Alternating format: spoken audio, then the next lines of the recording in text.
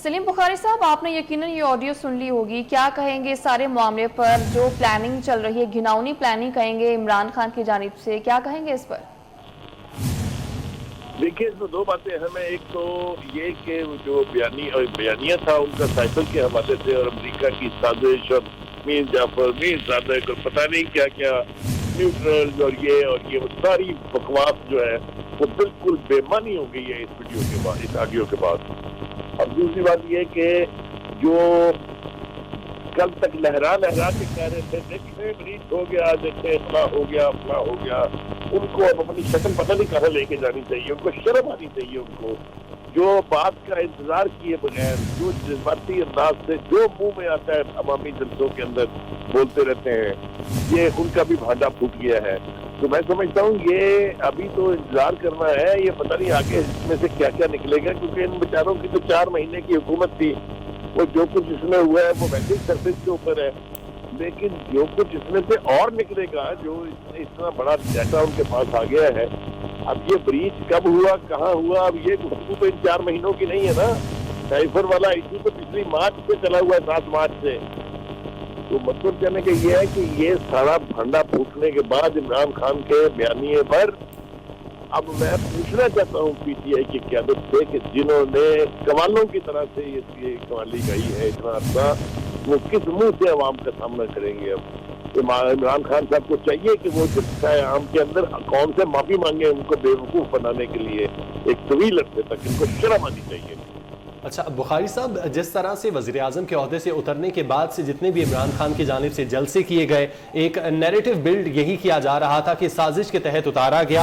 अब ये ऑडियो में जिस तरह सब चीज़ें सामने आई हैं, आज़म खान की जानिब से कहा गया कि नया रंग देने की कोशिश करते हैं, इस पर मीटिंग्स बुलाते हैं, तो क्या अब ये बयानिया इमरान खान का चल सकेगा?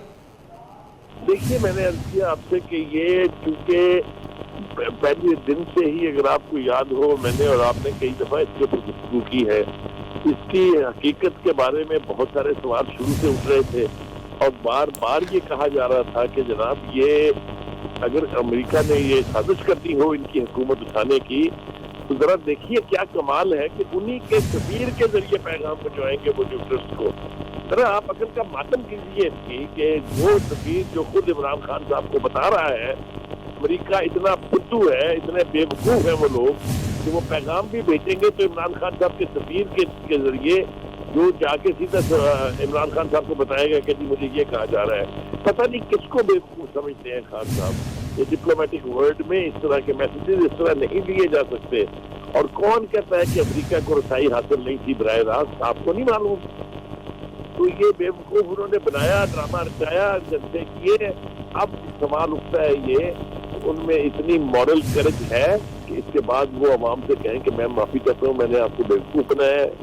और मैं तो इससे आगे जाने के लिए तैयार हूँ कि अभी तो पता नहीं इसमें से क्या क्या निकलेगा, कौन कौन जो है वो इसमें उसके कपड़े उतरेंगे। इसलिए कि ये जो सूरत हाल मुझे दिखाई दे रही है, ये कहाँ से ब्रीच हुआ है, ये ताज़ा वाकया नहीं है ब्रीच का। ये डाटा पता नहीं कब से जो है रिकॉर्ड हो रहा था और ये रिकॉर्ड करने वालों ही के डाटा के साथ कोई गड़बड़ हुई है, वहीं से ये लीक हुआ है।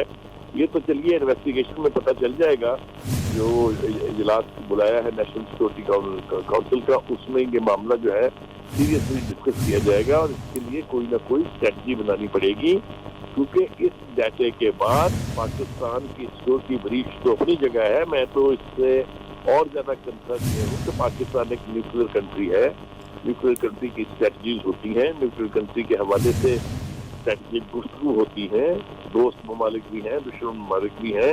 हमारा बनेगा क्या? हम तो तमाशा बन जाएंगे पूरी दुनिया में। सही, ठीक है सलीम साहब, साथ रहेगा। अभी हमें ज्वाइन किया है सीनियर एंकर पर्सन सना बुच्चा साहिबा ने। सना साहिबा, कहिएगा ये जो इमरान खान खत की बात कर रहे थे कि साइफर जो है इसके साथ सिर्फ खेलना है, बेसिकली आपको लगता नहीं है कि ये साइफर के साथ नहीं अवाम के साथ खेला गया है? जी, वो इमरान खान साहब के लिए हर चीज़ एक खेल ही है। वो क्रिकेट के मैदान से निकले तो उन्होंने सोचा कि फिलांथ्रपी के मैदान में आ जाएं, फिलांथ्रपी के मैदान से निकले तो उन्होंने सोचा सियासत के मैदान में आ जाएं। और उनको लाने वालों पे भी आफरीन है जो इनकी दोहरे मयार के साथ अपने एक्शन चल रही है। मुझे तो कोई ताज्जुब नहीं है कि इस तरह की ऑडियो आई है। इस तरह की कई ऑडियोज पहले भी आई हैं, बहुत ज़्यादा इससे सीरियस आई हैं। غداری کے حوالے سے خاتون اول کی گفتگو، یہ تمام تر چیزیں آپ کے سامنے ہیں. لیکن اگر آپ اس کے باوجود مجھ تو تعجب ان لوگوں پہ ہوتا ہے جب تک ان کو سپورٹ کر رہے ہیں یا اپنے پارٹی کے لوگ ان کے لیے ان کے بیانیے کے ساتھ کھڑے. مجھے تو ان پر ایک تو ہمدردی بھی ہے ان کے ساتھ، اور مجھے بہت زیادہ ان کے لیے افسوس بھی ہے کہ انہوں نے کس آدمی کے اوپر بھروسہ کر کے اور ابھی تک کس آدمی کو سپورٹ کریں. تو عمران خان صاحب کی دوہرے معیار کی تو کوئی آئی ڈونٹ تھنک میرے پاس کوئی الفاظ ہی بچ گئے ہیں کہ میں اس پر مذمت کر سکوں. لیکن ایک پوری قوم کا جو آپ نے جنازہ نکالنے کی کوشش کی، ایک آپ نے قوم کو دیوار سے لگانے کی کوشش کی، ایک قوم کی معیشت کو دبانے کے لیے آپ نے سازش تک بنائی، آپ نے شوکت ترین سے فون تک کروائے، آپ جو کر سکتے تھے آپ نے کیا کہ یہ ملک کسی طرح سے اکنامکلی اسٹیبل نہ ہو سکے.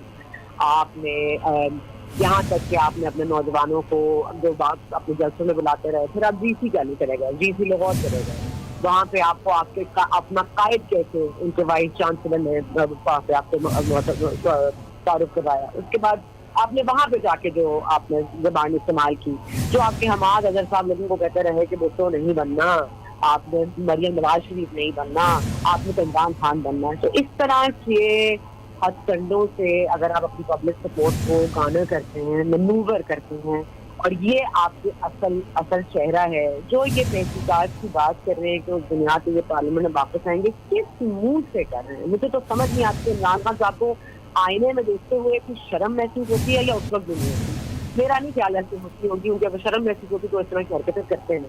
لیکن اب اعظم خان صاحب جو بار بار پبلک اکاؤنٹ کمیٹی میں بھی پیش ہوئے ہیں، میرا خیال ہے اب تو ان پہ بھی سوالیہ نشان اٹھنے چاہیے. جنہوں نے کہا تھا کہ خاتون جو تھی جنہوں نے الزام لگایا تھا نیب کے چیئرمین پہ، اور یہ بھی کہ وہ ایک مہینہ رکھا گیا پی ایم ہاؤس میں. اعظم خان صاحب کی گواہی کیوں جھوٹی ہو؟